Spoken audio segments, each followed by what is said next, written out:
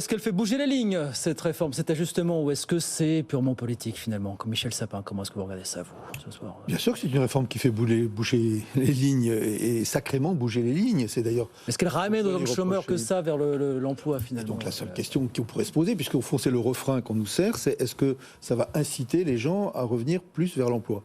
Peut-être quelques-uns. Parce qu'il ne faut pas non plus être totalement naïf, il y a des gens qui abusent du système. Mais ce n'est pas au nom de quelques milliers ou quelques centaines de milliers de gens qui abusent du système qu'on doit priver des millions de personnes d'une durée d'indemnisation qui n'est pas aujourd'hui anormale. Donc elle fait bouger véritablement les lignes, elle va faire mal. C'est une réforme qui va faire mal. Est-ce qu'elle aura des effets budgétaires? Oui, à terme. Je crois que le calcul, c'est on fait 4 milliards d'économies ou quelque chose de cette nature-là, au même moment où on a dépensé énormément d'argent dans d'autres domaines.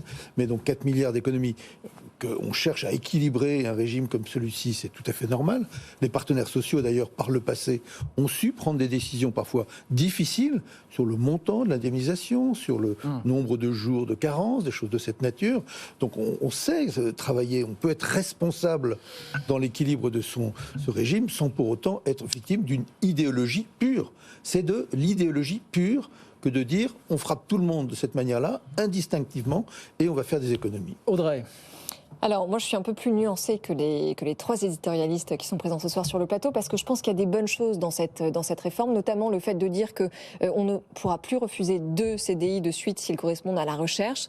Eh bien ça me semble bien et plutôt important justement pour l'incitation à retourner au travail. Et puis ça mettra aussi un terme à un abus qui est aussi utilisé par les employeurs, qui est l'indemnisation chômage pour les salariés en cas d'abandon de poste. Donc maintenant, ne pas toucher au montant et ne pas appauvrir les gens en situation notamment d'inflation, comme on l'a vu aujourd'hui, c'est une bonne chose. Et puis, alors on va pas passer chaque secteur en revue, mais dans la restauration notamment, on a 100 000 demandeurs d'emploi pour 300 000 offres d'emploi qui sont non satisfaites. Donc, il faut quand même se dire aussi, même si on n'est pas d'accord avec Bruno Coquet, qu'il y a aussi un sujet de remboursement de dette, parce que l'assurance chômage, qui a 64 milliards d'euros de dette, elle ne peut pas continuer à vivre dans ces conditions financières. Mais vous dites, Bruno Coquet, qu'il n'y a pas de dette.